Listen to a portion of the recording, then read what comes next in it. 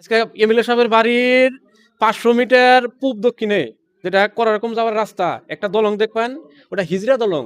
আমি হিজড়া দলং বলে নাম দিছি এই জন্যই, ওটা পুরুষও না মহিলাও না, আধা হাঁটু পাকা আধা হাঁটু কাঠের দলং।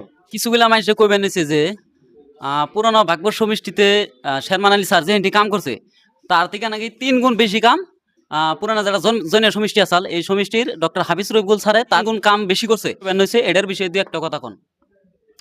না, কাম করছে মানছি, কাম গুনা করছে কোনো কাম গুনা তো আমরা দেখি না।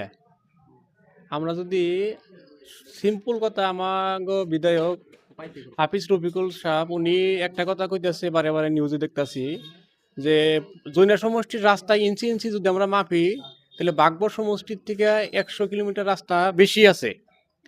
আজকে দেখেন বাগবর সমষ্টির আমি দুইটা খালি উদাহরণ দিবার নইছি। মইন্দা বাজারের থেকে আপনারা মিডিয়ার মানুষ যারা আছে, মইন্দা বাজারের থেকে আপনারা বাগবর বাজারে যান, মেন রাস্তা ডাবল লেন থাকার পরেও দুই সাইডে যে কোনো রাস্তা গেছে বাইলেন, কয়টা রাস্তা কাঁচা আছে।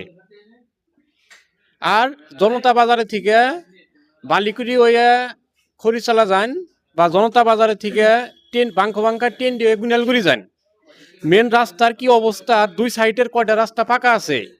এই দুইটা মানে সিম্পল যদি আপনারা দেখেন বা আমি আপনাদেরকে অনুরোধ করছি আপনারা যাই না একটা তদন্ত করেন, তাই পার্থক্যটা বুঝবার পারবেন।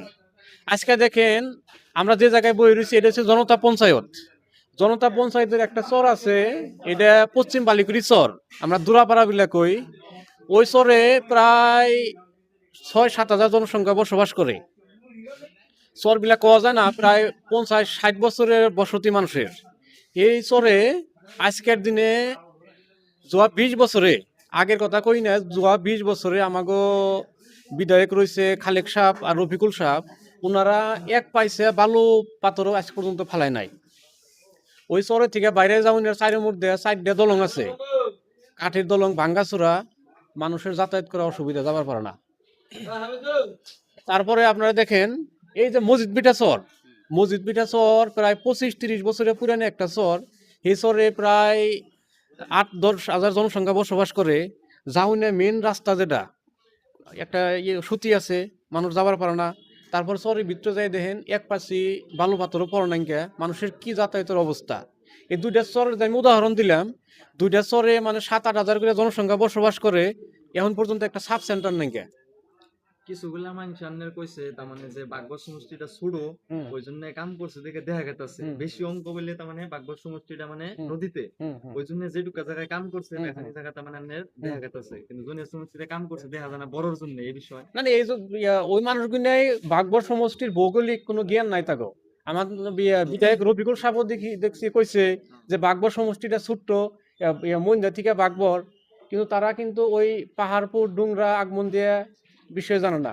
তারা কিন্তু মইনবুড়ির থেকে মইনবুড়ি জয়পুর তারাকান্দি চতলার বিষয়ে জানে না, তারা দেউলদি চরের বিষয়ে জানে না, তারা সোনাবাড়ি চরের বিষয়ে জানে না। বাগবর চর অঞ্চলের যে 5টা জিপি মানে দক্ষিণ পাড় আছে ব্রহ্মপুত্র নদীর, আলোবতী, ভাতনাবাতি, তারপরে বাগমারা, কদমতলা, রামাপাড়া, উজরের চর, এটার বিষয়ে কিন্তু তখন টোটালি নলেজ নাই।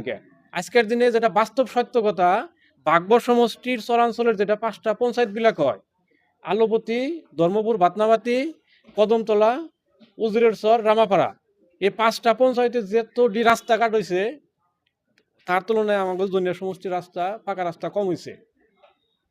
আজকে আসামের ভিতরে একমাত্র বাগবর সমষ্টি যে জায়গায় 33/11 কেবি সাব স্টেশন, 3টা সাব স্টেশন আছে, সম্ভবত আসামের কোনো জায়গায় নাই।